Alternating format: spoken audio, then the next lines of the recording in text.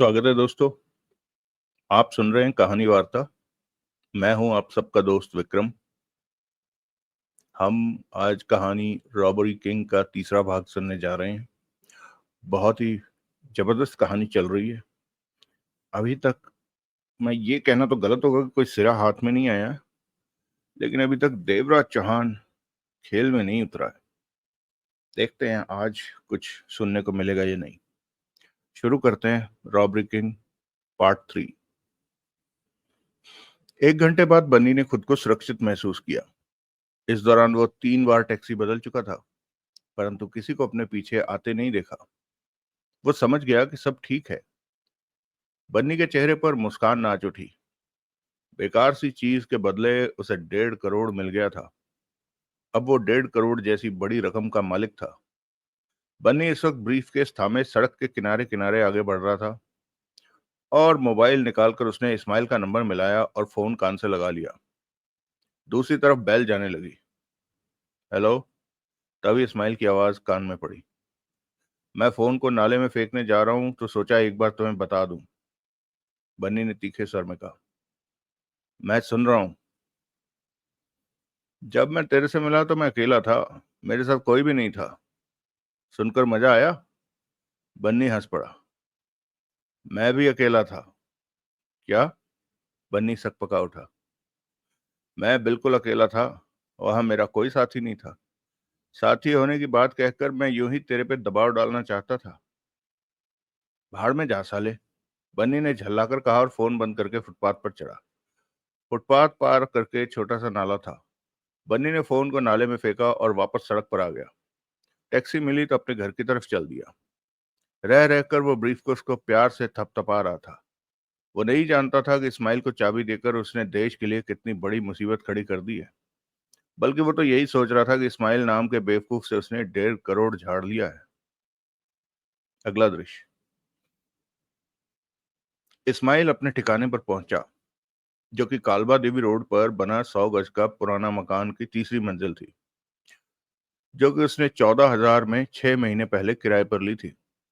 साथ में एक हम उम्र जवान औरत और 3 साल का बच्चा रहता था, जिसे कि वो अपनी पत्नी और बेटा बताता था। परंतु हकीकत में वो युवती उसकी पत्नी नहीं थी। वो बच्चा उन दोनों में से किसी की भी औलाद नहीं था। बच्चे को 7 महीने पहले पूना से उठाया था। मकान मालिक को इस्माइल ने बता रखा था कि वो कोलगेट कंपनी में सेल्समैन है और अक्सर टूर पर जाता रहता है। विश्वास के तौर पर उसने अपना वोटर कार्ड दिखाया था। साथ में इलाके के नाई का गारंटी दिलवाई साथ में इलाके के नाई की गारंटी दिलवाई थी। इसके अलावा पैन कार्ड दिखाया था। 6 महीने से वो बड़ी शराफत से यहाँ रह रहा था। महीना भर पहले उसने बच्चे का जन्मदिन मनाया था और मकान मालिक के सारे परिवार को खाने पर बुलाया था, और खाना उसकी कथित पत्नी नसीमा ने बनाया था। मकान मालिक और चंद दूसरे लोग उसे जानने वाले उसे निहायत ही शरीफ और नेक इंसान के तौर पर जानते थे। अपने काम के सिलसिले में इस्माइल कई कई दिन घर से गायब रहता, परंतु कोलगेट के सेल्समैन होने के नाते सब यही समझते कि वो टूर पर गया है। नसीमा तब घर पर ही बच्चे के साथ रहती थी। जाते वक्त इस्माइल बड़े प्यार से मकान मालिक के परिवार को कहकर जाता कि वो टूर पर जा रहा है, उसकी पत्नी और बच्चे का ध्यान रखे। इस्माइल मकान मालिक की पत्नी के कहने पर बाजार से सब्जी के अलावा अन्य तरह का सामान भी ला देता था। हर चौथे पांचवें दिन इस्माइल खुद ही कह देता कि वो सब्जी मार्केट जा रहा है, कुछ मंगवाना हो तो बता दे। ऐसे शरीफ इंसान पर कोई कैसे शक कर सकता था कि वो एक खतरनाक आतंकवादी है और भयानक मंसूबे के साथ पाकिस्तान से हिंदुस्तान आया है। इस्माइल जब घर पहुंचा तो बच्चा नींद में था। नसीमा ने दरवाजा खोला। दोनों की आंखें मिली। नसीमा की आंखों में सवाल था कि काम हुआ कि नहीं। चाबी मिल गई है, इस्माइल ने भीतर प्रवेश करते हुए धीमे स्वर में कहा। शुक्र है ऊपर वाले का। नसीमा दरवाजा बंद करते कह उठी। मैं सोच रही थी कि कोई खतरा ना आ जाए। सब ठीक रहा, इस्माइल ने बैठते हुए कहा। नसीमा ने गिलास में पानी लाकर उसे पिलाया। जनाब हसन का फोन आया था। वो भी ये जानने को उत्सुक थे कि चाबी मिली कि नहीं। हसन से कह दो कि चाबी मिल गई है। तुम नहीं बात करोगे उससे? नसीमा ने कहा। मुझे आगे के काम सोचने दो, इस्माइल ने गंभीर स्वर में कहा। चाय बना दूं? नहीं। खाना बना रखा है, लगा दूं? खाने का मन नहीं है। इस्माइल ने नसीमा के खूबसूरत चेहरे को देखा। तुम हसन को खबर दे दो। तुम हसन को खबर दे दो। नसीमा दूसरे कमरे में गई और मोबाइल उठाकर नंबर मिलाने लगी। बच्चा सामने ही बेड पर सोया पड़ा था। छत पर लटका पंखा चल रहा था। नंबर मिलाकर नसीमा ने फोन कान से लगाया। बेल बजी, फिर हसन की आवाज कानों में पड़ी। बोल नसीमा, इस्माइल आया? हाँ। चाबी मिल गई उसे? ओह, तुमने कितनी अच्छी खबर सुनाई। बहुत बड़ी चिंता खत्म हो गई मेरी। फोन बंद करूं? इस्माइल अब क्या कर रहा है? वो दूसरे कमरे में है। कहता है आगे के बारे में कुछ सोच रहा है। नसीमा ने बताया। तुम उसे खुश रखती हो? क्यों नहीं, हर तरफ से उसका ध्यान रखती हूँ। वो जब भी प्यार करने को कहता है मैं उसके पास चली जाती हूँ। इस्माइल के कंधों पर बहुत बड़ा बोझ है नसीमा। वो खुश रहेगा तो काम बढ़िया ढंग से करेगा। मेरी तरफ से कोई शिकायत नहीं होगी किसी को। मुझे तुम पर विश्वास है नसीमा। इस्माइल को कहना कि जब भी फुर्सत मिले मुझे फोन कर ले। कह दूंगी। बातचीत खत्म हो गई। फोन रखकर नसीमा दूसरे कमरे में पहुंची। इस्माइल आंखें बंद किए हुए कुर्सी पर बैठा था। आहट पाकर आंखें खोली। हसन को फुर्सत में फोन कर लेना, नसीमा बोली। उसने कहा है? हाँ। वो खुश है कि चाबी मिल गई। इस्माइल मुस्कुरा पड़ा। मैं भी खुश हूं कि इस्माइल मैं भी खुश हूं चाबी मिल जाने से। तुम चाय बना दो। नसीमा किचन की तरफ बढ़ गई। इस्माइल ने फोन निकाला और दिल्ली स्थित अपने आदमी सूफी का नंबर मिलाने लगा। जल्दी बात हो गई। कैसे हो सूफी? इस्माइल ने पूछा। मैं ठीक हूँ। पता लगा कि चाबी हाथ नहीं आ सकी और गलत सुना है तुमने। चाबी इस वक्त मेरे हाथ में है। इस्माइल कह उठा। ये तो बढ़िया बात है। तुम अपने काम में कहाँ तक पहुंचे? तुम्हारा काम बहुत ही अहम है सूफी। हाँ, मेरा काम मेहनत वाला है, परंतु साबिर, नईम और सदाकत जैसे लोग मेरे साथ हैं तो फिर मुझे क्या परेशानी आएगी। पूरा हो गया काम? अभी चल रहा है। जल्दी करो सूफी। बुलेट ट्रेन का मुंबई के लिए ट्रायल कभी भी हो सकता है। सब काम फिट रखो। हमें नहीं मालूम कि कब हमें मैदान में उतरना पड़ जाए। पैसे की और जरूरत हो तो बोलो। 50 लाख और भिजवा दो। रात तक कोई तुम्हें 50 दे जाएगा। फरहान, अबू, वकील फुर्सत में है अब। तुम उन्हें अपने काम में इस्तेमाल कर सकते हो। और खान? वो अपने काम में व्यस्त है। उन्हें भी अपने साथ काम में लो और काम की रफ्तार बढ़ा दो। मैं शायद 4-5 दिन में काम पूरा कर लूंगा। काम पूरा करते ही मुझे फोन करना, कहकर इस्माइल ने फोन बंद किया और फरहान को फोन किया दिल्ली। बात हो गई फरहान से। तुम मेरे से चाबी का हुलिया क्यों पूछ रहे थे? उधर से फरहान ने पूछा। क्योंकि तब मैं चाबी का सौदा कर रहा था और मैंने चाबी को देखा नहीं था। चाबी मिल गई तुम्हें? फरहान का हैरानी भरा स्वर कानों में पड़ा। 1.5 करोड़ में। किससे? बाबू ने ट्रेन में किसी को चाबी दे दी थी। उसी ने मुझसे चाबी का सौदा किया। चलो, चाबी तो हाथ आई। हमारे पास वक्त कम था। मैं चाबी के बारे में चिंतित था। खान ने कोई खबर दी? नहीं। थोड़ा सख्ती से बात करो खान से, या फिर मैं बात करूं? इस्माइल के माथे पर बल पड़े। मैंने उससे बात की थी। वो कहता है ये तय होते ही उसे पता चल जाएगा कि कब बुलेट ट्रेन का ट्रायल होगा। समझा दो उसे कि आंखें खुली रखे। गड़बड़ हुई तो हसन उसे नहीं छोड़ेगा। कहने की जरूरत नहीं है, ये बात वो जानता है। तुम, अबू और वकील अब फुर्सत में आ गए हो। सूफी फोन करे तो उसके साथ काम पर लग जाना। बेहतर होगा कि सूफी को फोन करके पूछ लो कि तुम्हारे लायक कोई काम हो तो नहीं, काम है तो नहीं। ठीक है। इस्माइल ने फोन बंद किया। चेहरे पर गंभीरता नजर आ रही थी। तभी नसीमा चाय का कप थामे भीतर आ गई। बात हुई हसन से? उसने पूछा। अभी नहीं। इस्माइल ने उससे चाय का कप लिया। तो किससे बात कर रहे थे? सूफी से, फरहान से। नसीमा पास ही कुर्सी पर बैठती कह उठी, कितना काम अभी बाकी बचा है? खास नहीं। चाबी की सबसे बड़ी समस्या थी, वो हाथ आ गई है। बस हमें ये पता चलने की देर है कि ट्रायल किस दिन होने वाला है। और सूफी उन सरकारी आदमियों की लिस्ट बना रहा है जो कि सिक्योरिटी के तौर पर बुलेट ट्रेन में होंगे। और ये भी पता कर रहा है कि ट्रायल के दौरान बुलेट ट्रेन कितनी देर मुंबई में रुकेगी। चाय का घूंट भरा इस्माइल ने। मेरे ख्याल में 12 या 24 घंटे तो जरूर रुकेगी, क्योंकि एक बोगी में सरकारी सोना लादा जाना है। फिर नौशाद को भी जेल से निकाल कर उस ट्रेन में लाया जाना है, जो कि पूरे तौर पर गुप्त रहेगा।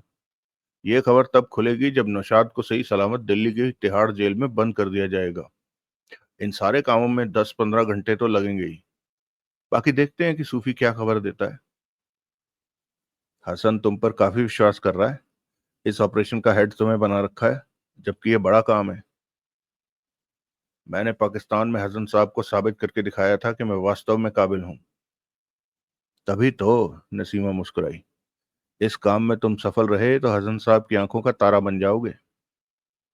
मैं सफल रहूंगा नसीमा, इस्माइल ने विश्वास भरे स्वर में कहा। ऊपर वाला करे ऐसा ही हो। इस्माइल ने चाय का घूंट भरा। तुम थक गए होगे, चलो मैं तुम्हारी टांगें दबा दूं। रात को। अभी मेरा दिमाग उलझा हुआ है। इस्माइल ने चाय का घूंट भरा और हाथ में पकड़े मोबाइल से नंबर मिलाने लगा। 2 बार ट्राई करने पर नंबर लगा। उधर से मर्द की भारी भरकम आवाज कानों में पड़ी। कहिए जनाब इस्माइल साहब, मेरे लिए क्या हुक्म है?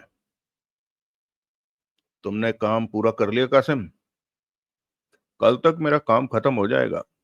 कासिम की आवाज कानों में पड़ी। अभी ये पता नहीं है कि दिल्ली से बुलेट ट्रेन में कितनी सिक्योरिटी होगी। ऐसे में आप सब कुछ मुझ पर छोड़ दीजिए। कासिम का काम वक्त पर दिखता है। आई कार्ड तैयार हो गए? जी जनाब। मेरे काम में कोई शक शुबा मत रखें। मुझे तो ये बताइए कि किस दिन काम करना है। जल्दी बताऊंगा, कहकर इस्माइल ने फोन बंद किया और चाय का आखिरी घूंट भरकर खाली प्याला नसीमा को थमा दिया। उसके बाद इस्माइल ने हसन को फोन किया। चाबी हाथ में आ जाने की खबर नसीमा ने मुझे दे दी है। तुम बहुत मेहनत कर रहे हो इस्माइल। आपने मुझ पर जो भरोसा किया है वो मैं पूरा करके दिखाऊंगा। मुझे यकीन है कि तुम ऐसा ही करोगे। शुक्रिया जनाब। मैं चाहता हूं कि आप खुद एक बार कासिम के कामों को चेक कर लें। हमारी योजना उसके कामों पर ज्यादा टिकी है। कासिम क्या कहता है? कह रहा है कल तक उसके सारे काम पूरे हो जाएंगे। आप एक बार उसके कामों को कासिम के काम मैं देख लूंगा। उसकी तरफ से तुम निश्चिंत हो जाओ। मुझे दिल्ली के बारे में बताओ कि वहां क्या हो रहा है। उसके बाद हसन और इस्माइल में काफी देर तक बातें होती रही। अगला दृश्य। विनय बरूटा। मुंबई में कुर्ला की भीड़ भरी सड़क के किनारे छोटी रेलिंग के साथ टेक लगाए खड़ा था। चेहरे पर सुस्ती सी नजर आ रही थी, जैसे वह थक गया हो और कुछ आराम के लिए खड़ा हो गया हो। परंतु उसकी पैनी निगाह पास से ही निकलती भीड़ के चेहरों पर फिर रही थी। सामने डिस्ट्रिक्ट सेंटर था, जहां बड़ी बड़ी कंपनियों के ऑफिस थे। दोपहर हो गई थी, लंच का वक्त करीब था। विनय बरूटा का वहां से हिलने का इरादा नहीं दिखाई देता था। आधा घंटा बीता कि चलती भीड़ में से एक 60 बरस का व्यक्ति निकलकर उसके पास पहुंचा। विनय बरूटा ने उसे देखा। कैसे हैं सिंगूर साहब? विनय बरूटा ने शांत स्वर में कहा। जरा साइड में चलो, सिंगूर बोला। विनय बरूटा वहां से हिला और आगे चल पड़ा। सिंगूर 2 कदम पीछे रहकर चलने लगा। 2-3 मिनट चलने के पश्चात दोनों राह से हटकर कोने में मौजूद फुटपाथ पर मौजूद चाय वाले के पास पहुंचे और उससे कुछ हटकर बेंच पर बैठते विनय बरूटा ने चाय वाले से कहा, 2 चाय देना, चीनी कम, पत्ती तेज।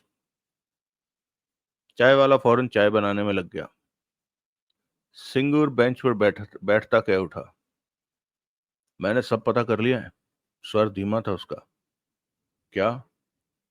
पहले 50,000 दो, जो तुमने वादा किया था देने का। सिंगूर कह उठा। लेकिन मुझे पता तो चले कि तुम जो बताने वाले हो वो मेरे काम का है कि नहीं।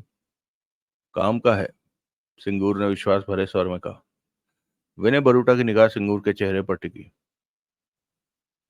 अगर जानकारी काम की ना हुई तो जेब में हाथ डालकर 50,000 वापस ले लूंगा, विनय बरूटा ने कहा।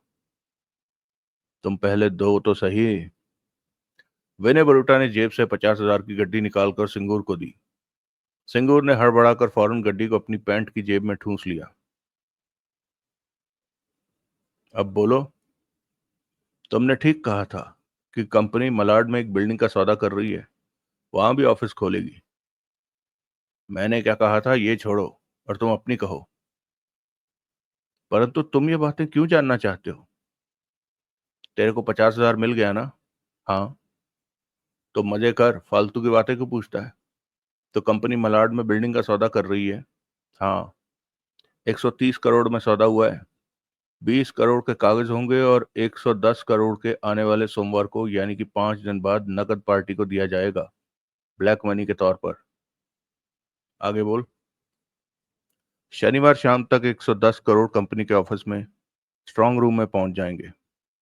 क्योंकि सोमवार सुबह पैसे पार्टी को देने हैं, स्ट्रांग रूम शनिवार शाम रोज की तरह बंद कर दिया जाएगा। यह ऑफिस कंपनी का कैश डिपार्टमेंट है, इसलिए पैसा यहीं पर रखा जा रहा है। अक्सर बड़ी बड़ी रकमें यहाँ रखी जाती हैं, परंतु 110 करोड़ रखी जाने वाली रकम अब तक की सबसे बड़ी रकम है। मैं कंपनी का कैशियर हूँ और ये बात अच्छी तरह जानता हूँ। इंतजाम कैसे होंगे पैसा रखने के बाद शनिवार से सोमवार तक? विनय बरूटा ने पूछा।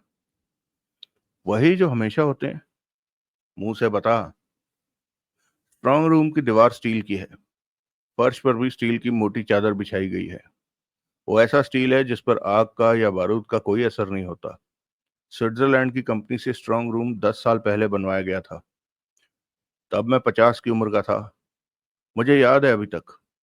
उस कंपनी ने स्विट्जरलैंड के अधिकतर बैंकों के स्ट्रांग रूम बनाए हैं, सिंगूर कहता जा रहा था।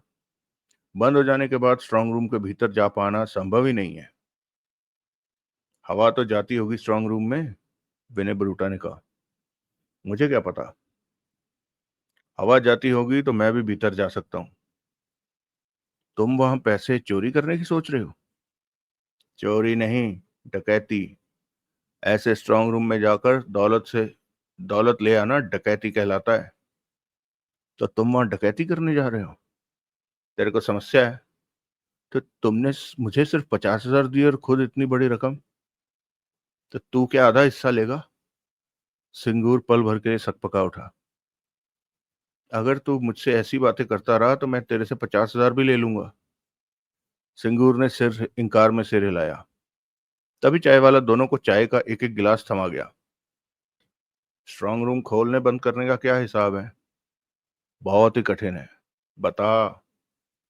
स्ट्रांग रूम का दरवाजा 4 इंच मोटी स्टील की परत का है और उस पर डायल लॉक है, जिससे कॉम्बिनेशन पर सेट करके दरवाजा बंद किया जाए तो खोलते वक्त उसी कॉम्बिनेशन का इस्तेमाल किए जाने पर ही दरवाजा खुलता है। कॉम्बिनेशन के कॉम्बिनेशन के शब्द हैं 0 से 9 तक। कॉम्बिनेशन के 10 शब्द हैं 0 से 9 तक। कॉम्बिनेशन से दरवाजा बंद करने के बाद 6 इंच लंबी स्टील की मोटी चाबी को की होल में डालकर 5 बार घुमाया जाता है तो चाबी वाला लॉक भी लग जाता है। यानी कि स्ट्रांग रूम का दरवाजा डबल लॉक्ड है। अगर कोई कॉम्बिनेशन लॉक खोल ले, जो कि संभव ही नहीं है, तो दूसरा लॉक नहीं खोल सकता, क्योंकि चाबी वाले लॉक के लीवर किसी चक्रव्यूह से कम नहीं है। बड़े से बड़ा ताला खोलने वाला भी चकरा जाएगा, परंतु चाबी वाला लॉक नहीं खोल सकेगा। मान लो, मैं कह रहा हूं कि मान लो। इसे मत सोच, सच मत समझ लेना कि अगर ऐसा इसे सच मत समझ लेना कि अगर कोई दोनों लॉक खोल लेता है तो दरवाजा धकेलते ही ऐसा जबरदस्त अलार्म बजेगा कि उसे सुनकर चोरी डकैती करने वाले फौरन वहां से भाग जाना चाहेंगे। वैसे भी ऑफिस के दरवाजे पर 2 हथियारबंद गनमैन हर वक्त होते हैं, और वो अलार्म ऐसा है कि बाहर सड़क तक सुनाई देता है। मतलब कि 2 मिनट में ही वहां भीड़ इकट्ठी हो जाएगी। अगर रात के वक्त हुआ तो चोर बच नहीं सकता। कई ऑफिस रात को खुले रहते हैं। ये इतना बड़ा बिजनेस सेंटर है कि रात को पुलिस कारें आसपास तैनात रहती हैं। अब तुम सोचो कि काम नहीं हो सकता तो मुझसे 50,000 रुपया वापस देने को मत कहना। मैं नहीं दूंगा। हमारी तय बात रुपए वापसी हमारी तय बात में रुपए वापसी की कोई बात नहीं थी। विनय बरूटा ने चाय का घूंट भरा। कॉम्बिनेशन नंबर रोज नया सेट किया जाता है या एक ही चलता है? विनय बरूटा ने पूछा। यह मैनेजर शुक्ला की मर्जी पर है कि वो इस बारे में क्या सोचते हैं। वो क्या करते हैं किसी को नहीं बताते। और चाबी भी शुक्ला के पास रहती है? स्ट्रांग रूम की चाबी? हाँ। मैनेजर शुक्ला की मौजूदगी में स्ट्रांग रूम को चाबी लगाई जाती है। परंतु स्ट्रांग रूम की चाबी चीफ अकाउंटेंट चोपड़ा के अधिकार में रहती है। वो चाबी अपने साथ ले जाता है। मतलब कि शुक्ला या चोपड़ा कोई एक स्ट्रांग रूम नहीं खोल सकता? नहीं, दोनों का मौजूद रहना जरूरी है। क्योंकि एक को कॉम्बिनेशन नंबर पता है तो दूसरे के पास स्ट्रांग रूम के दरवाजे की चाबी है। वो दोनों एक साथ होंगे तो तभी स्ट्रांग रूम खोला जा सकता है। विनय बरूटा ने सिर हिलाकर कहा।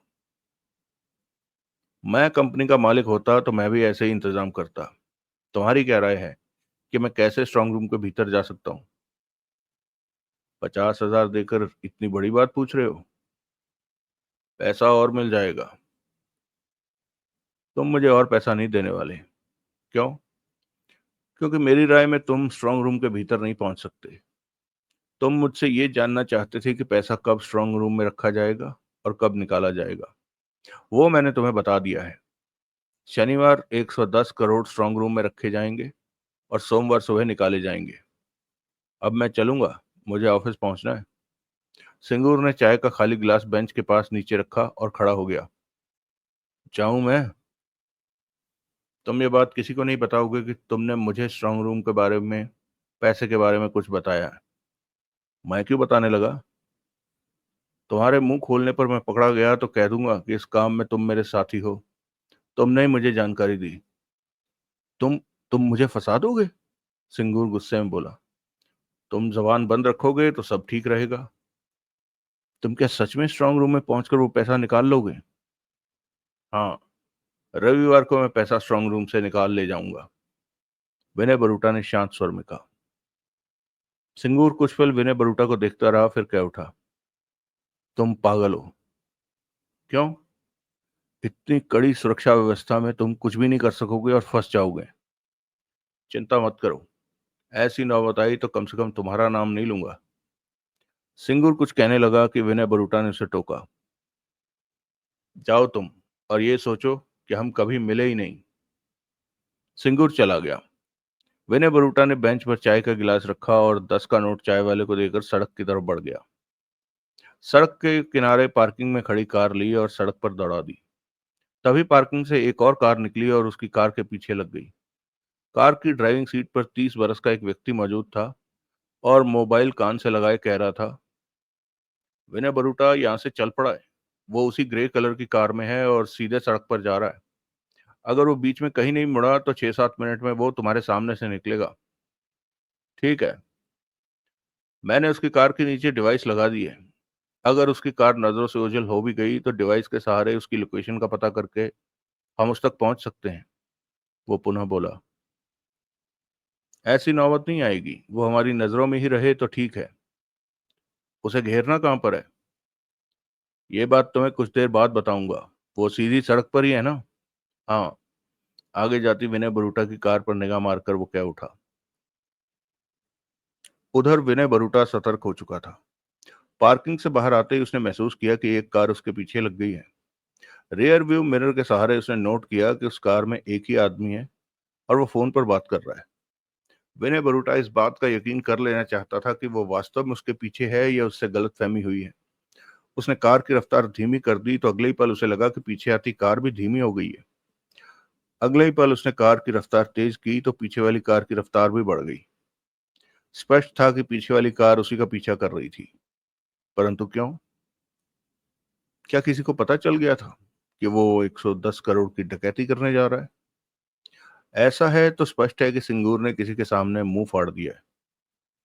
कार धीमी करने और तेज करने वाली विनय बरूटा की हरकत पर पीछा करने वाले व्यक्ति सतर्क हो गया। उसने उसी पल दोबारा फोन पर बात की। विनय बरूटा को अपना पीछा होने का शक हो गया है, उसने कहा। वो सीधे ही आ रहा है। हाँ, तुम उसके पीछे से हट जाओ, हम उसे सतर्क नहीं करना चाहते। उधर से आवाज आई। मिनट भर ही बीता होगा कि विनय बरूटा ने रियर व्यू में देखा कि पीछे वाली कार सड़क के साथ लगते एक मोड़ पर मुड़ गई। तो उसे लगा कि उसका पीछा नहीं हो रहा है। उस कार का पीछे आना इत्तेफाक ही था।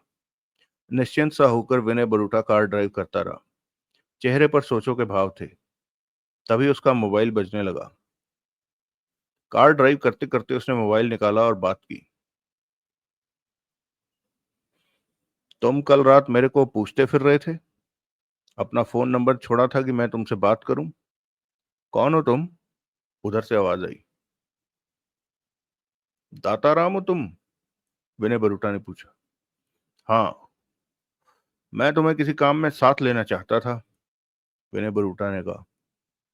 किस काम में? दौलत के काम में। 10 करोड़ तुम्हें मिल सकते हैं मेरा साथ देने के। 10 करोड़? हाँ। काम क्या है? जो तुम करते हो, ताले तिजोरी खोलना। अपने काम में मास्टर हो तुम। बहुत नाम सुना है तुम्हारा। तुम कौन हो? विनय बरूटा। विनय बरूटा? उधर से दाताराम की आवाज आई। ये नाम शायद कहीं सुना है। याद करो। विनय बरूटा मुस्कुराया। 2 पल खामोशी रही। पता नहीं, याद नहीं आ रहा।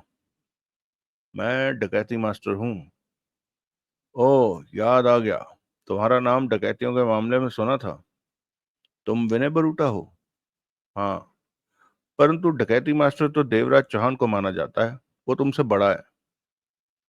वो मेरा बच्चा है। क्या?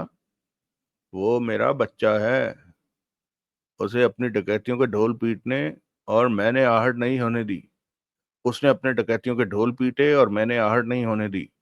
कौन समझदार हुआ? दाताराम की आवाज नहीं आई। चुप क्यों हो गए? सच कहूं, तुम्हें बुरा तो नहीं लगेगा? बोल बोल। डकैती मास्टर तो देवराज चौहान ही है। वो तेरी मर्जी, तू जो भी सोच। विनय बरूटा मुस्कुराया। लेकिन हकीकत यही है कि देवराज चौहान मेरा बच्चा है। मैं उससे बड़ा डकैती मास्टर हूँ। पहले मैं खुद को छिपाकर काम करता था, परंतु अब मैंने तय किया है कि डकैतियों से जुड़े अपने नाम को नहीं छुपाऊंगा, ताकि लोग समझ सकें कि मैं देवराज चौहान से बड़ा डकैती मास्टर हूँ। वो मेरे सामने कुछ भी नहीं है। जब लोग बड़ा डकैती मास्टर से कहते हैं तो दिल जलता है। तूने ऐसा किया तो पुलिस तेरे को छोड़ेगी नहीं। देवराज चौहान को देवराज चौहान का तो पुलिस कुछ बिगाड़ नहीं सकी, तो मेरा क्या बिगाड़ेगी? वो तू जान। मेरा इन बातों से कोई मतलब नहीं। तो मैं तेरे साथ काम करूं तो मुझे 10 करोड़ मिलेगा? हाँ। कितने लोग हैं इस काम में? 4 लोग होंगे।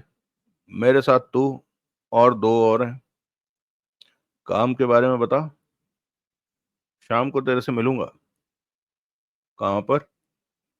वहीं पर, जहां से तुझे मेरा नंबर मिला है। विनय बरूटा ने कहा। आना जरूर, मैं इंतजार करूंगा। उधर से दाताराम ने कहा। विनय बरूटा ने फोन बंद करके जेब में रखा।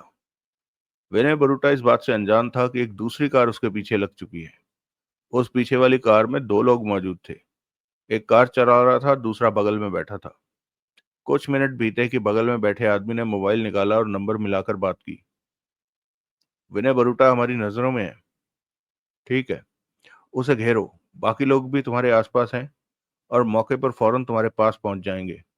मैं उन सबसे संपर्क में हूँ। वो अकेला ही है ना? उधर से कानों में आवाज पड़ी।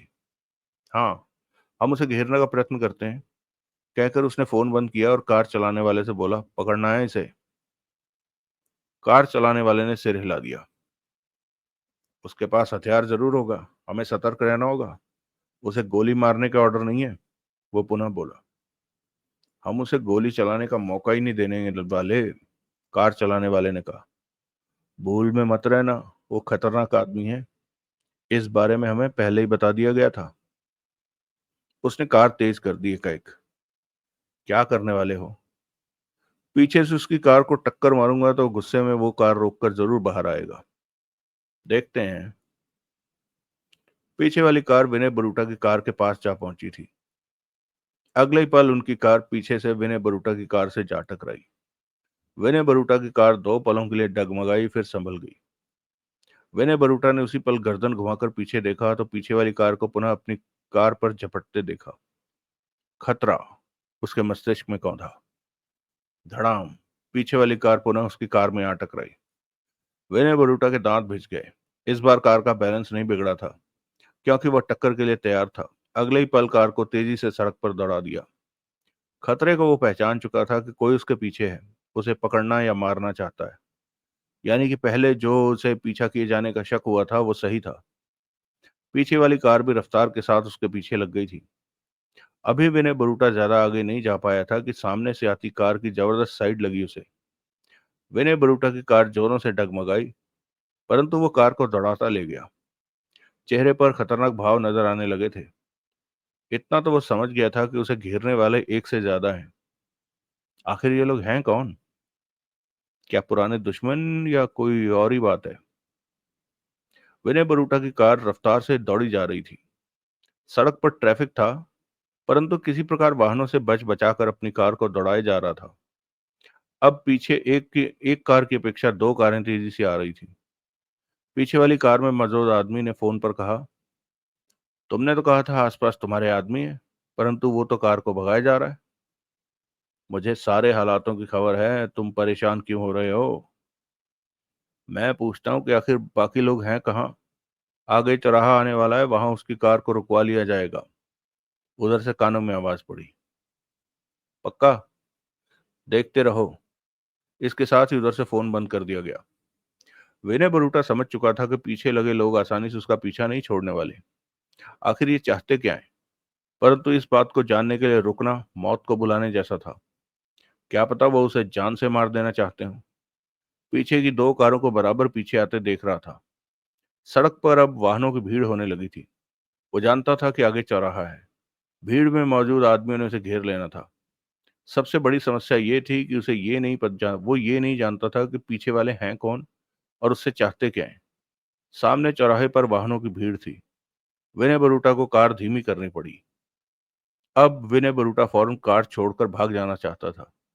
बचने का इस वक्त एक यही रास्ता था। तब तक पीछे वाली कार करीब आ चुकी थी और पीछे से कार को जबरदस्त टक्कर मारी। धड़ाम, तेज आवाज उभरी। विनय बरूटा सीट से उछलकर स्टीयरिंग से जा टकराया। अगले ही पल संभला और फुर्ती से कार का दरवाजा खोला कि निकल कर भाग सके। विनय बरूटा बाहर निकला कि ठिठक गया। सामने 2 आदमियों को देखा। एक के हाथ में रिवॉल्वर थी। रुक जाओ, रिवॉल्वर वाला आदमी कठोर स्वर में कह उठा। परंतु विनय बरूटा जानता था कि अब रुका तो कहीं जिंदगी ही ना रुक जाए उसकी। बेहद फुर्ती के साथ विनय बरूटा ने अपनी टांग घुमाई और जूते की ठोकर उसके रिवॉल्वर वाले हाथ पर पड़ी। अगले ही पल रिवॉल्वर उसके हाथ से निकलकर हवा में उछलती देखी। 2 पलों के लिए वो दोनों व्यक्ति हक्के बक्के से रह गए। तब तक विनय बरूटा वहां से चौराहे पर खड़ी कारों के बीच में से भागा। भागते भागते उसने जेब में से हाथ डालकर रिवॉल्वर निकाल ली थी। एकाएक चेहरा एकाएक भागदौड़ की वजह से धधक सा उठा था। रुक जाओ, पीछे से आवाज आई, वरना गोली मार दूंगा। परंतु विनय बरूटा रुकने के लिए नहीं भागा था। लोग जिन्होंने ये सब देखा था वो सन्न रह गए थे। किसी को समझ में नहीं आ रहा था कि क्या चल रहा है। वो कारों के पार पहुंचने ही वाला था कि एकाएक सामने से दौड़ते 2 आदमी सामने आ गए। दोनों के हाथों में रिवॉल्वरें थी, परंतु विनय बरूटा ने उन्हें किसी प्रकार का मौका नहीं दिया।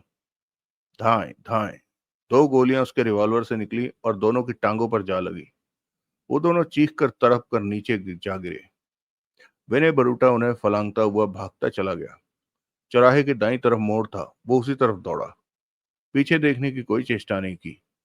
वो जान चुका था कि पीछे काफी लोग हैं, शायद 5-7। भरे चौराहे पर फायरिंग हो चुकी थी। पुलिस आसपास हो सकती थी। एक तरफ बदमाश, दूसरी तरफ पुलिस। वो मुसीबत में पड़ सकता था। आज से पहले उसके साथ कभी ऐसा हादसा नहीं हुआ था। मुसीबत आई तो बता कर आई थी। बुरे वक्त की उसे पहले से ही आहट मिल जाती थी, परंतु इस बार तो मुसीबत जैसे आसमान से कूदी थी। विनय बरूटा रिवॉल्वर थामे भागता हुआ पास की 20 फुट चौड़ी लेन में प्रवेश करता चला गया। ये ऊंची ऊंची इमारतों के पीछे की लेन थी और इस तरफ से भी लोगों का आना जाना था। विनय बरूटा ने रिवॉल्वर जेब में डाली और तेज तेज कदमों से आगे बढ़ता चला गया। यहाँ खोमचे वाले भी खड़े थे। लोग आ जा रहे थे। विनय बरूटा उन्हीं का हिस्सा बनकर आगे बढ़ता चला गया। एक बार पीछे मुड़कर देखा, परंतु पीछे किसी को आते नहीं देखा तो उसने चैन की सांस ली।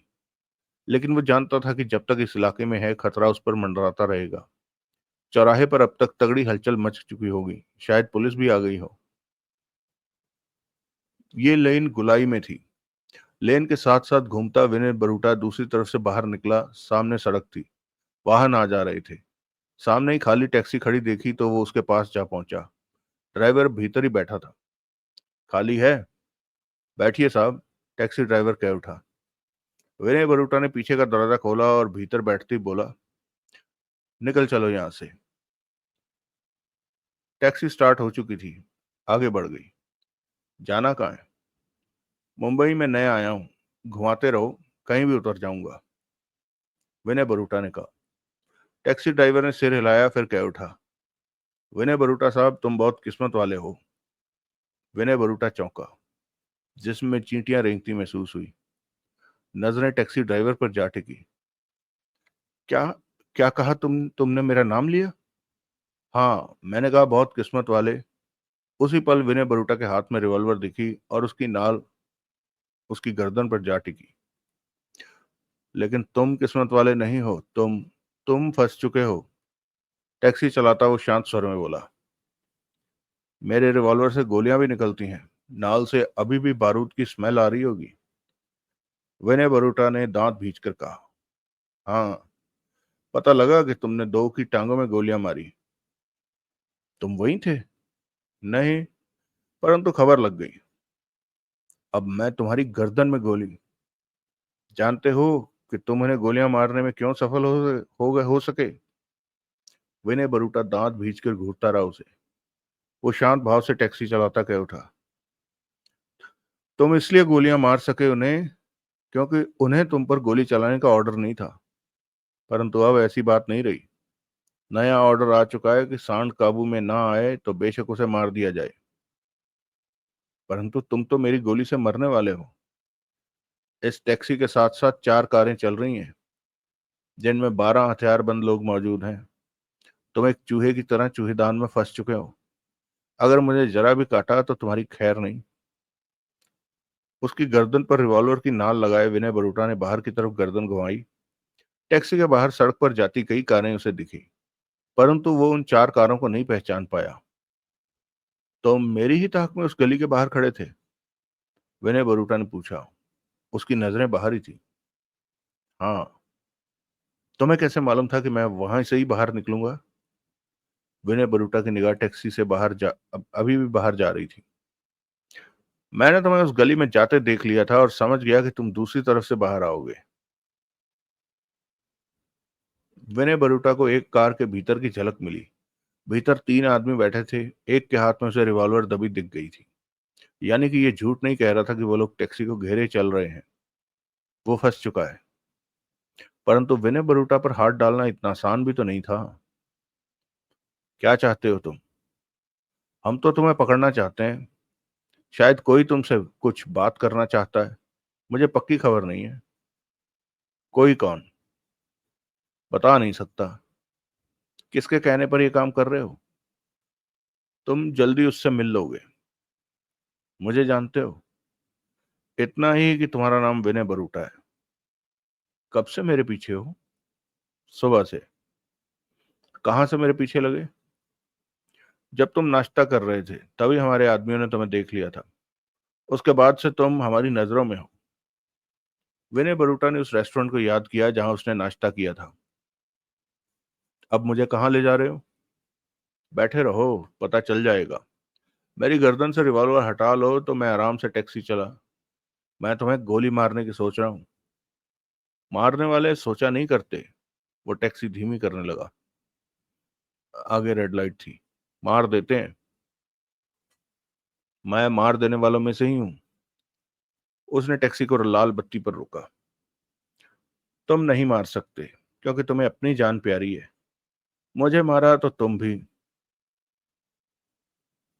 तभी विनय बरूटा ने उसकी गर्दन से रिवॉल्वर की नाल हटाई और अगले ही पल जोरदार चोट उसकी कनपट्टी पर की।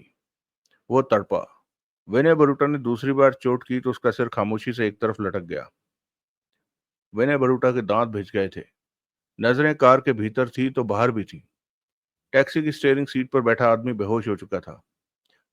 विनय बरूटा ने हाथ बढ़ाकर उसके हाथ का उसके साथ का दरवाजा खोला और उसकी सीट बेल्ट हटाते हुए उसे कार से बाहर लुढ़का दिया। वो बाहर सड़क पर जा गिरा। विनय बरूटा फुर्ती से पीछे से आगे ड्राइविंग सीट पर आ गया। दरवाजा बंद किया। टैक्सी का इंजन स्टार्ट था। एकाएक विनय बरूटा सतर्क हुआ। टैक्सी के पीछे खड़ी कार में से दो आदमियों को निकलकर इस तरफ आते देखा। उनके हाथों में रिवॉल्वरें दबी थी। उसी पल लाल बत्ती हरी हो गई और वाहन आगे सरकने लगे। वो दोनों पास आ पहुंचे और टैक्सी का दरवाजा खोलने की चेष्टा की। तभी विनय बरूटा ने झटके से टैक्सी आगे बढ़ा दी। वो दोनों हड़बड़ाकर पीछे हटे। टैक्सी वाहनों की भीड़ में आगे बढ़ गई थी। विनय बरूटा के होंठ भिजे हुए थे। आंखों में कठोरता नाच रही थी। वो जानता था कि खतरा अभी टला नहीं है। ये जो भी लोग हैं आसानी से उसका पीछा नहीं छोड़ने वाले। बहुत सोच समझकर उसे घेरने की प्लानिंग की गई है। ये कोई आम आदमी का काम नहीं है। सारे काम के पीछे कोई खिलाड़ी है। परंतु वो चाहता क्या है? ये भी स्पष्ट है कि वो उसे मारना नहीं चाहता, पकड़ना चाहता है। क्यों? क्या वो उससे कोई काम लेना चाहता है? अगर ऐसा है तो सीधे सीधे भी बात की जा सकती है। रिवॉल्वरों के साथ फौज भेजकर उसे मंगाने की क्या जरूरत थी? वो 110 करोड़ की डकैती की तैयारी में व्यस्त था, परंतु इस आई मुसीबत की वजह से 110 करोड़ को तो बिल्कुल ही भूल गया था। इस वक्त तो वो इन लोगों से बचकर निकल जाना चाहता था। अनजान खतरा बनकर ये लोग उसका पीछा छोड़ने को तैयार नहीं थे। पीछे वाहन ही वाहन थे और वो नहीं जानता था कि किस कार में उसके दुश्मन हैं। विनय बरूटा टैक्सी को आगे से आगे निकालकर दूर हो जाना चाहता था, परंतु ट्रैफिक इतना ज्यादा था कि रफ्तार को वो बढ़ा नहीं पा रहा था। बैक मिरर से वो बार बार पीछे आते वाहनों को देखे जा रहा था। आगे मोड़ दिखा। सड़क से एक छोटी सड़क बाएं को जा रही थी। विनय बरूटा ने उसी पर टैक्सी मोड़ी और वही छोटी सड़क पकड़ ली। वहां भी कुछ ट्रैफिक था, परंतु इतना नहीं कि रुकना पड़े। वो टैक्सी को आगे ले जाता चला गया। चंद पल ही बीते होंगे कि चेहरे पर कठोरता आ गई। उसने दो कारों को सड़क से गली में आते देखा। उसने रिवॉल्वर निकालकर गोद में रख ली। टैक्सी गली से बाहर आ पहुंची। ये इलाके के भीतर की सड़क थी। यहाँ रिक्शे, टू व्हीलर, पैदल चलते लोगों की भीड़ थी। दो चार कारें भी दिखी।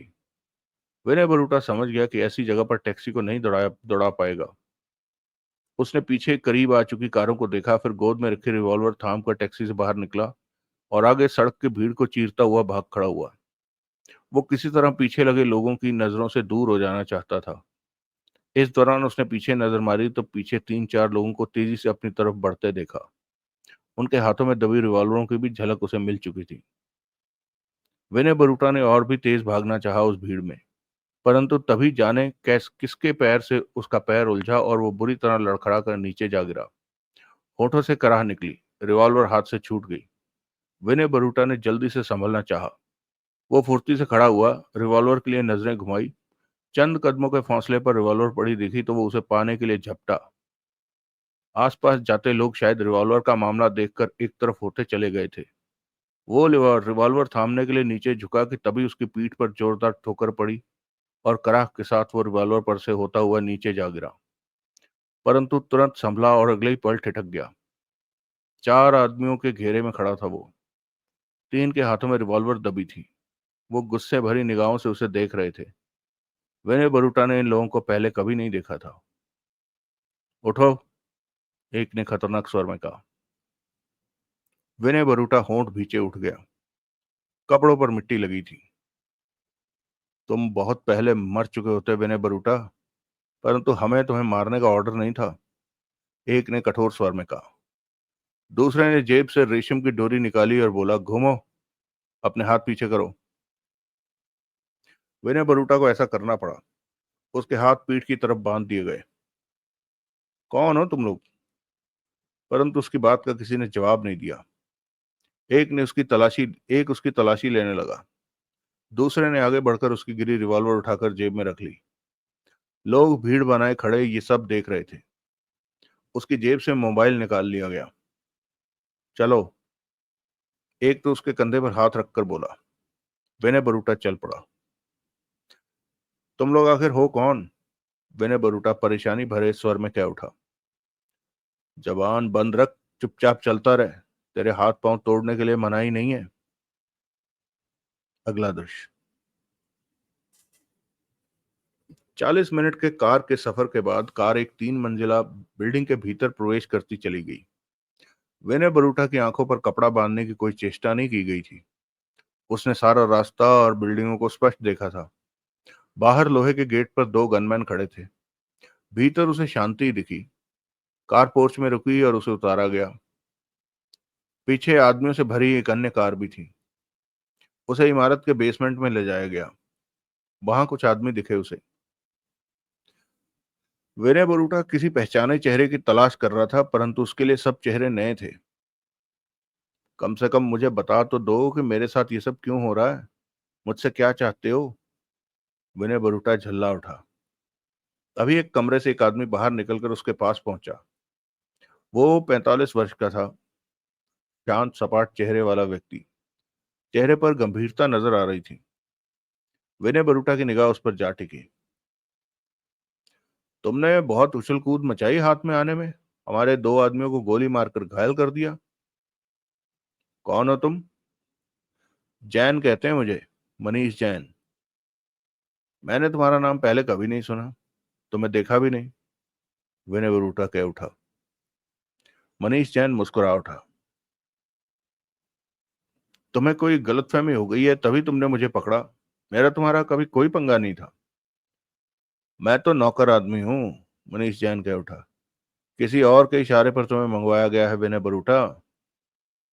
और कौन? मिल लेना उससे। मेरे नाम के अलावा मेरे बारे में क्या जानते हो? विनय बरूटा की आंखें सिकुड़ चुकी थी। तुम डकैतियां डालते हो, तो फिर ये भी जानते होगे कि मुझसे झगड़ा मोल लेना ठीक बात नहीं है। ले जाओ इसे और बंद कर दो। कम से कम ये तो बता दो कि वो कौन है जिसने मुझे इस प्रकार यहां मंगवा लिया। परंतु उसके साथ के 2 आदमी उसे पकड़े एक तरफ लेते चले गए। मनीष जैन के चेहरे पर सोच के भाव दिखने लगे। उसने सामने खड़े आदमी को देखकर पूछा। देवराज चौहान की क्या पोजीशन है? रोमी उस पर नजर रख रहा है, एक ने कहा। कहाँ है वो इस वक्त? बंगले पर। एक बंगले को उसने ठिकाना बना रखा है, वहीं पर जगमोहन के साथ रहता है। कितने लोग होते हैं बंगले पर? मनीष जैन ने पूछा। 2 ही, वो और जगमोहन। अन्य किसी को वहां आते जाते नहीं देखा। मेरे ख्याल में अपने ठिकाने पर वो किसी को बुलाता भी नहीं होगा। सतर्क रहता है, तभी तो पुलिस के हाथों से बचा हुआ है। जैन ने सोच भरे ढंग से सिर हिलाकर कहा। मेरे ख्याल में उसे बंगले पर ही पकड़ना ठीक रहेगा। ये ठीक रहेगा। जाकर रोमी से बात करो, वही बताएगा कि ऐसा करना ठीक है कि नहीं। उससे कह देना कि देवराज चौहान को किसी भी हालत में गोली नहीं मारनी है। उसे काबू करना है और यहाँ ले आना है। उसके साथ ही जगमोहन को भी? नहीं, उसकी जरूरत नहीं। सिर्फ देवराज चौहान चाहिए। अगला दृश्य। देवराज चौहान और जगमोहन बंगले पर ही थे।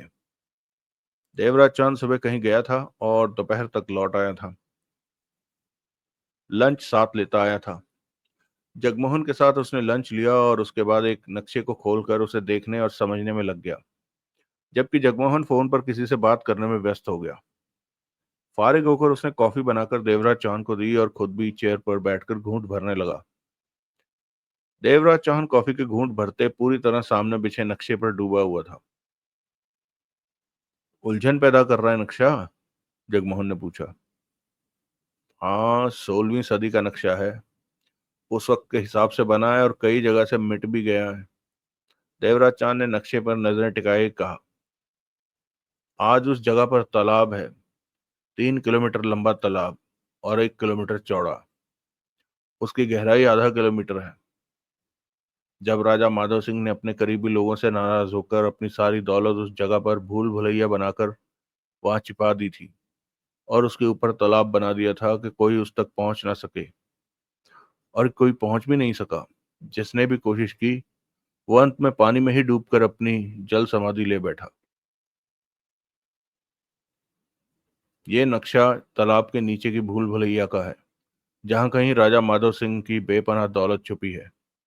परंतु वो भूल भुलैया तालाब के नीचे 1 किलोमीटर गहरी है और 0.25 किलोमीटर चौड़ी। सबसे खतरनाक बात तो यह है कि राजा माधव सिंह ने भूल भुलैया के ऊपरी हिस्से में जगह जगह बड़े त्रिशूल खड़े कर रखे हैं कि कोई उसकी दौलत लेने आए तो सीधा खड़े त्रिशूल उसके शरीर में घुसे और उसकी जान ले लें। ऐसे इंतजाम क्यों किए राजा माधव सिंह ने? जीवन के आखिरी पड़ाव पर माधव सिंह को पता चला कि उसके सब रिश्तेदार उसकी मौत का इंतजार कर रहे हैं, ताकि उसकी दौलत को आपस में बांट सकें। ये बात ही उसकी नाराजगी का कारण बनी, जबकि वह सबको बहुत प्यार करता था। उन्हें सबक सिखाने की खातिर ही उसने भूल भुलैया का निर्माण करवाया, वहां अपनी दौलत छिपाई और भूल भुलैया के ऊपर त्रिशूल खड़े कर दिए, जिन्हें कि पानी के भीतर रहकर उखाड़ पाना संभव आसान काम नहीं है। सुना है कि वो त्रिशूल लाखों की संख्या में है। भूल भुलैया भी तो काफी बड़ा है, 1 किलोमीटर लंबा और 0.25 किलोमीटर चौड़ा। माधव सिंह के मरने के बाद उसके रिश्तेदारों ने उस दौलत तक पहुंचने की चेष्टा की और बहुतों ने अपनी जान गंवाई इस कोशिश में। लोग तो कहते हैं कि उसके महल की लोग तो कहते हैं कि उसके महल को संभालने के लिए कोई भी मर्द जिंदा नहीं बच सका था। सब दौलत पाने के चक्कर में जान गंवा बैठे। लगता तो ऐसा ही है। देवराज चौहान ने कॉफी का खाली कप एक तरफ रख दिया।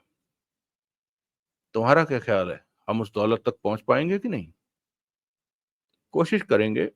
देवराज चांद ने जगमोहन को देखा। आसान काम तो है नहीं ये, परंतु एक बार कोशिश अवश्य करेंगे। सबसे पहले हमें तालाब के पानी में उतरकर देखना होगा कि भीतर हालात क्या हैं।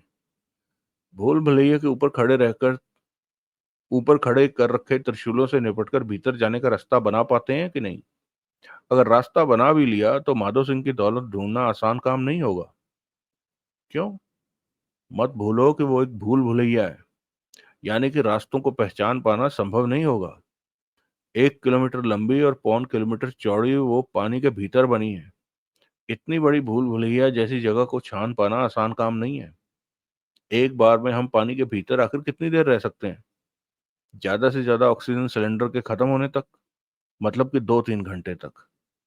अगर वहां पानी ना हो तो माधव सिंह का खजाना आसानी से ढूंढा जा सकता है। जगमोहन बोला। हाँ, तालाब ना होता तो अब तक कोई ना कोई कब का खजाना ले गया होता। हम किसी तरह कोशिश करके उस तालाब के पानी को कम कर सकते हैं। देवराज चांद मुस्कुरा पड़ा। ये संभव नहीं है। क्यों? राजा माधव सिंह ने भूल भुलैया के ऊपर तालाब बनाते समय पानी का ऐसा इंतजाम किया था कि वो कभी खत्म ना हो। उस जगह से 2500 मीटर ऊपर पहाड़ है और पहाड़ों पर बर्फ गिरती है। गर्मियों में बर्फ पिघलती है और पानी बनकर नीचे आती है।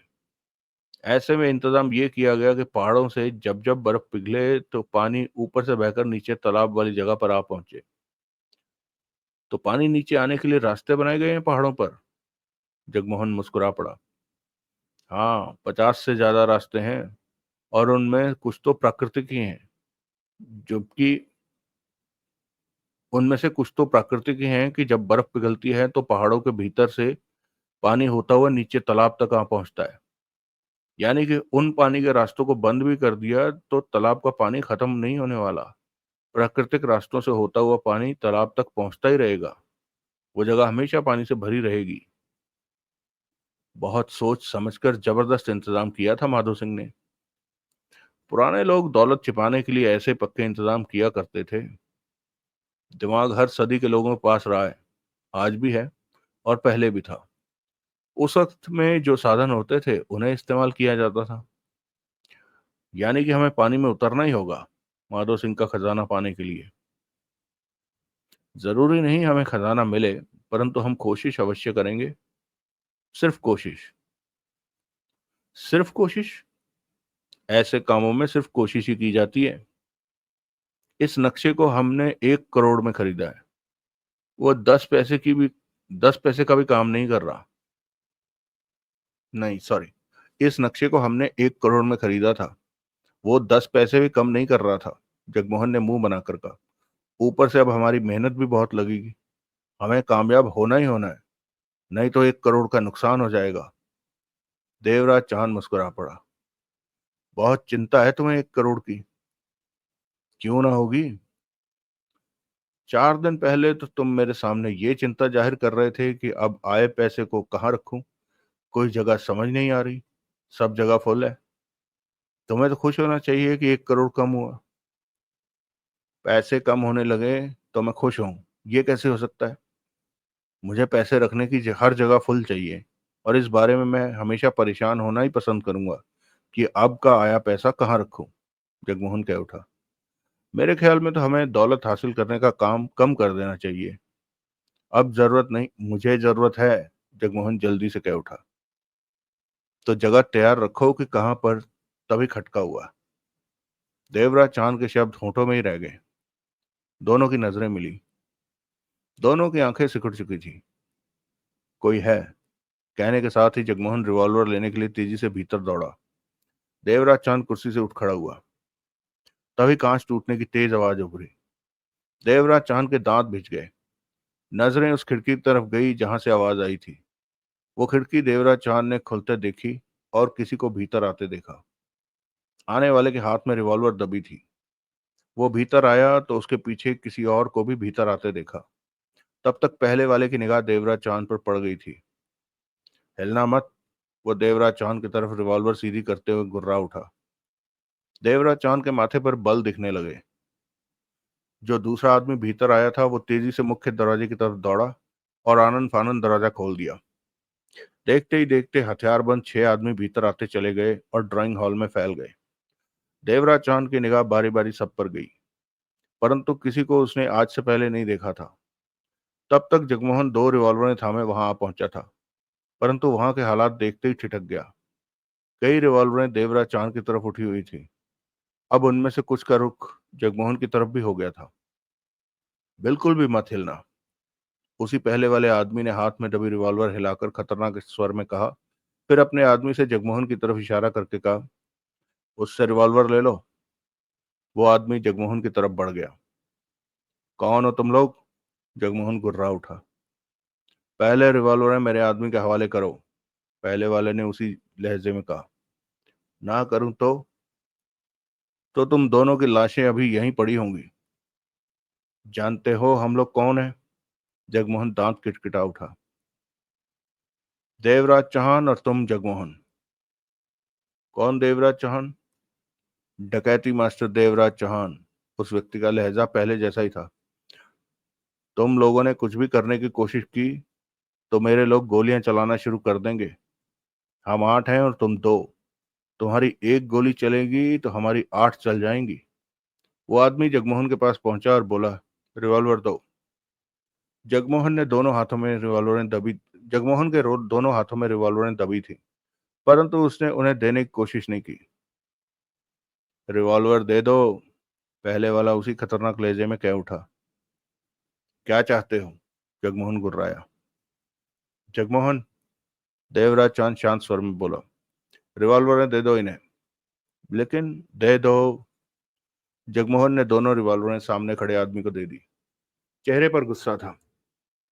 वो आदमी रिवॉल्वरें लेकर पीछे हट गया। पहले वाला आदमी देवराज चौहान को देखकर कठोर स्वर में कह उठा, हम तुम्हें लेने आए हैं देवराज चौहान। क्यों? देवराज चौहान की निगाह उस पर थी। किसी को तुमसे बात करनी है। बात तो फोन पर भी हो सकती है, फिर ये सब करने की क्या जरूरत है? मैं नहीं जानता। मुझे जो कहा गया है वही कर रहा हूं। तुम्हें मेरे साथ चलना होगा। आराम से चलना। चलना हो तो ठीक, नहीं तो ये काम जबरदस्ती होगा, परंतु होगा जरूर। उसने एक एक शब्द चबाकर कहा। हम तुम्हारी बात नहीं मानेंगे। जगमोहन दांत पीस कर कह उठा। तुम खामोश रहो। मैं तुमसे बात नहीं कर रहा। तुम जो भी कहो हम। जगमोहन ने कहना चाहा। वो कौन है जिसके पास तुम मुझे ले जाना चाहते हो? देवराज चौहान बोला। मैं नहीं जानता, मेरा काम तुम्हें ले जाना है। चलने को तैयार हो जाओ नहीं। चलने को तैयार हो या नहीं? नहीं। जगमोहन गुस्से से कह उठा। देवराज चांद ने जगमोहन को देखा, फिर निगाह उस आदमी पर टिक गई। इस तरह की हरकतें मुझे पसंद नहीं आई कभी, और अंजाम भी ठीक नहीं रहा। देवराज चांद ने कहा, इन बातों से मुझे कोई मतलब नहीं। जो तुमसे बात करना चाहता है ये उससे कहना। कौन है वो? मैं उसे नहीं जानता, मेरा काम सिर्फ तुम्हें लेकर जाने का है। मेरी ये जगह तुम्हें कैसे पता चली? जो तुमसे बात करना चाहता है उसी ने बताया कि तुम यहाँ हो, परंतु उससे मेरी सीधी बात नहीं है। किसी और ने ये बात बताई, जो हमें पैसे दे रहा है। देवराज चौहान के चेहरे पर गंभीरता आ गई। सीधी तरह चलोगे या जबरदस्ती से? वो कठोर स्वर में बोला। चलो, देवराज चौहान कह उठा। मैं भी साथ चलूंगा। जगमोहन आगे बढ़ा। तुम नहीं चलोगे, हमें सिर्फ देवराज चांद को ही लाने को। इस तरह तुम देवराज चांद को साथ नहीं ले जा सकते। जगमोहन का सर स्लो उठा। तभी दो आदमी जगमोहन की तरफ बढ़े। जगमोहन को कोई नुकसान ना पहुंचे, एकाएक देवराज चौहान की आवाज में दरिंदगी आ गई। दोनों दोनों ने आगे बढ़कर जगमोहन को पकड़ा। इससे पहले कि जगमोहन कुछ समझ पाता, रिवॉल्वर की जबरदस्त चोट उसकी गर्दन पर हुई तो वो बेहोशी की गहराइयों में गुम होता चला गया। नीचे गिरने लगा तो उसे थाम लिया गया और आराम से फर्श पर लिटा दिया गया।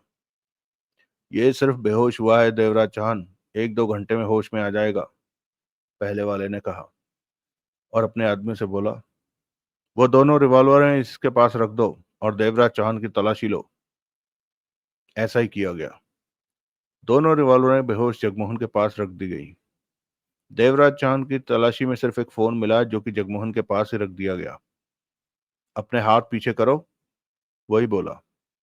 तुम्हारे हाथ बांधने हैं? देवराज चांद ने हाथ पीछे किए तो उसके हाथ बांध दिए गए। फिर वो सब देवराज चांद को घेरे बाहर निकलते चले गए। चलिए दोस्तों, आज की ये कहानी यहीं रोकते हैं। अच्छी कहानी है। हम तीसरे भाग को कवर कर रहे हैं, और अभी तक कोई कहानी का कोई सिर माथा पकड़ में नहीं आ रहा। आपको भी ऐसा लग रहा है कि नहीं? यानी एक तरफ विनय बरूटा अपनी डकैती प्लान कर रहा है, दूसरी तरफ अपने घर के कामों में जगमोहन और सोहनलाल अपनी उगाही में लगे हुए हैं। जो उन्होंने कहीं उधार पैसा दिया था उसे वापस वसूलने में लगे हैं। तीसरी तरफ एक टेरर प्लॉट चल रहा है, जो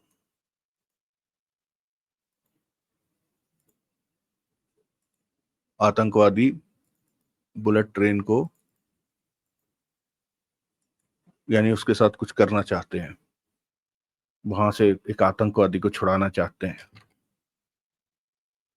और एक ये प्लॉट है।